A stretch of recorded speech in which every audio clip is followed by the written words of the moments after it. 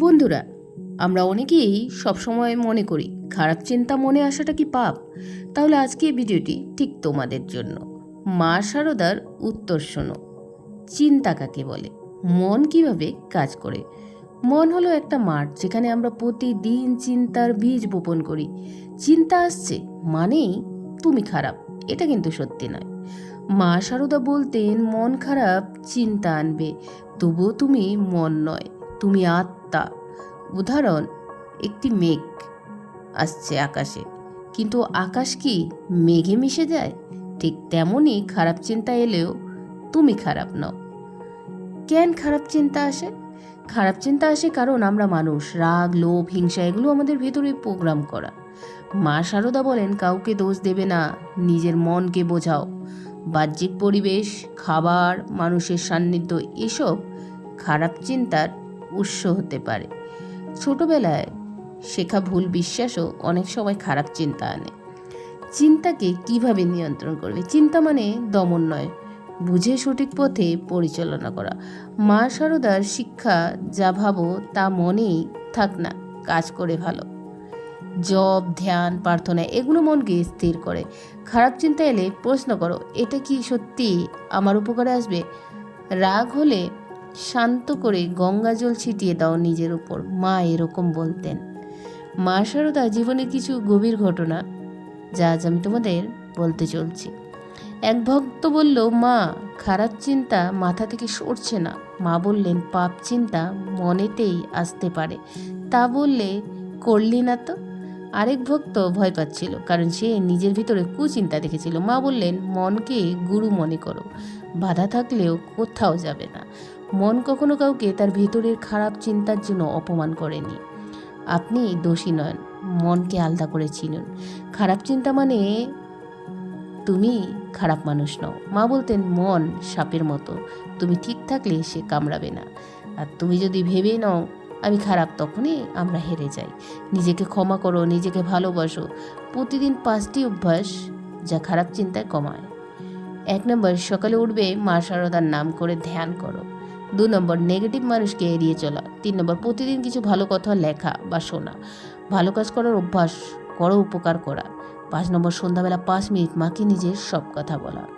তুমি যদি বারবার খারাপ চিন্তা করো তাহলে কি করবে? প্রথমে নিজেকে দোষ দিবে না, চিন্তার পিছনে লুকোনো ভয় খুঁজো। মা শারদা বলতেন, ভয় আসবে তবু ভরসায় থাকো, কাউকে বিশ্বাস করো, নিজের কষ্ট বলো, ভালো জ্ঞানী মানুষের আশ্রয় নাও। মা শারদা করুণার সেও আশ্রয়। মা শারদা ছিলেন একমাত্র মা যিনি কোনো পাপ দেখে পাপীকে ত্যাগ করেনি। মা বলতেন, শতবার পাপ করো আমি আছি, তুমি শুধু আরেকবার চেষ্টা করো। মা জানতেন মানব মন কখনো সম্পূর্ণ পরিষ্কার থাকবে না, তবু তিনি বলতেন, আমার সন্তানের দোষে আমি ঢেকে দেব, সে যেন চেষ্টা না ছাড়ে।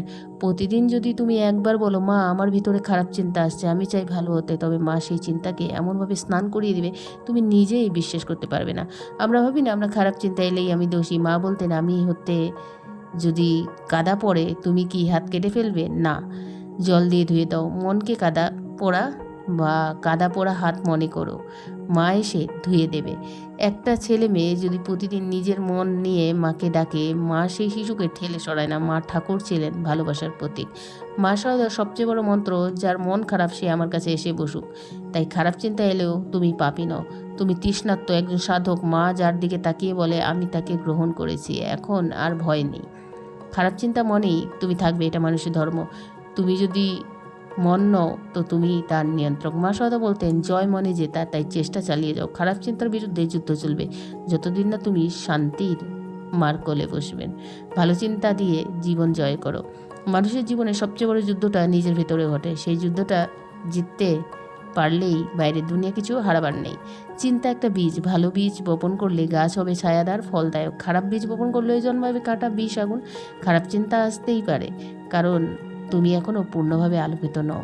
তবে খারাপ চিন্তা পালন করা সেটা হলো পাপ। মা শারদা বলতেন, চিন্তা এসে গেলে পাপ নয়, তাকে তোমার করে নিয়ে সেটাই পাপ। আর তুমি যদি খারাপ চিন্তা করছো সেটা জানো, এটা প্রথম যায়। এরপর যদি তুমি নিজেকে বলো, এই চিন্তা আমার জীবনে আলো নষ্ট করবে, আমি এটা চাই না, মা আমায় রক্ষা করো, তাহলে তুমি ঈশ্বরের পথে আছো।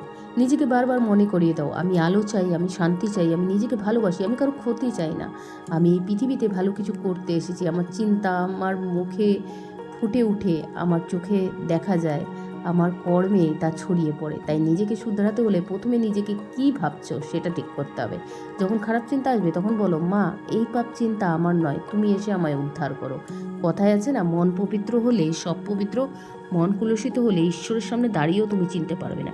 শেষে মা শারদার সেই চিরন্তর বাণী, পৃথিবীতে সব কাজই দুঃখ আছে, কিন্তু মন যদি শান্ত থাকে সেই দুঃখ তোমার হৃদয়ে আগুন ধরাতে পারবে না।